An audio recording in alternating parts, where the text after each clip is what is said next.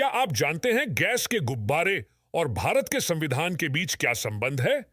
भारत का संविधान हमारा सबसे पवित्र ग्रंथ सिर्फ कानून की किताब नहीं, बल्कि देश की आत्मा की अभिव्यक्ति है। इस महत्वपूर्ण दस्तावेज को सदियों तक सुरक्षित रखना हमारी सामूहिक जिम्मेदारी है। यही कारण है कि इसके संरक्षण के लिए अत्याधुनिक तकनीकों का इस्तेमाल किया जाता है, जिनमें से एक है हीलियम गैस। क्या आप जानते हैं कि भारतीय संविधान की मूल प्रति हस्तलिखित है? यह प्रति 2 भाषाओं, अंग्रेजी और हिंदी में है। यह आज भी वैसी ही है।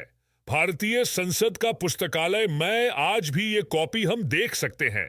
क्या आप सोच सकते हो ये कागज आज तक उसी तरह क्यों है?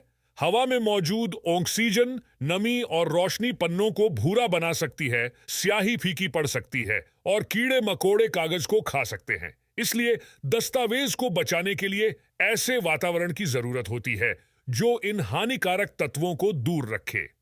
हीलियम एक अक्रिय गैस है, अर्थात यह अन्य पदार्थों के साथ रासायनिक रूप से प्रतिक्रिया नहीं करती है। हवा से हल्की भी होने के कारण यह ऑक्सीजन को पूरी तरह से बाहर निकालकर एक नियंत्रित वातावरण बनाता है। नमी का स्तर भी नियंत्रित होता है, जो स्याही और कागज दोनों के लिए जरूरी है। इसके अतिरिक्त हीलियम कीट पतंगों को भी दूर रखता है, जो कागज के प्राकृतिक दुश्मन हैं। संविधान की मूल कॉपी एक विशेष रूप से निर्मित गैस कक्ष में रखी गई है। कक्ष को पूरी तरह से सील कर दिया जाता है और उसमें से हवा निकालकर हीलियम भर दिया जाता है। नमी स्तर और हीलियम के स्तर की लगातार निगरानी की जाती है और जरूरत पड़ने पर उन्हें समायोजित किया जाता है।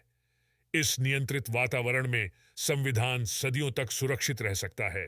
हीलियम के इस्तेमाल से पहले संविधान को फलालेन के कपड़े में लपेट कर रखा जाता था, परंतु यह तरीका पर्याप्त सुरक्षा प्रदान नहीं करता था।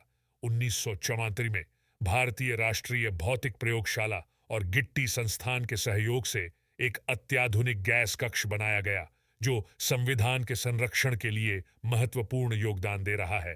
हीलियम गैस का उपयोग कर भारतीय संविधान को सदियों तक बचाना न सिर्फ हमारे अतीत का सम्मान है, बल्कि आने वाली पीढ़ियों के लिए भी एक अनमोल विरासत सौंपने का प्रयास है।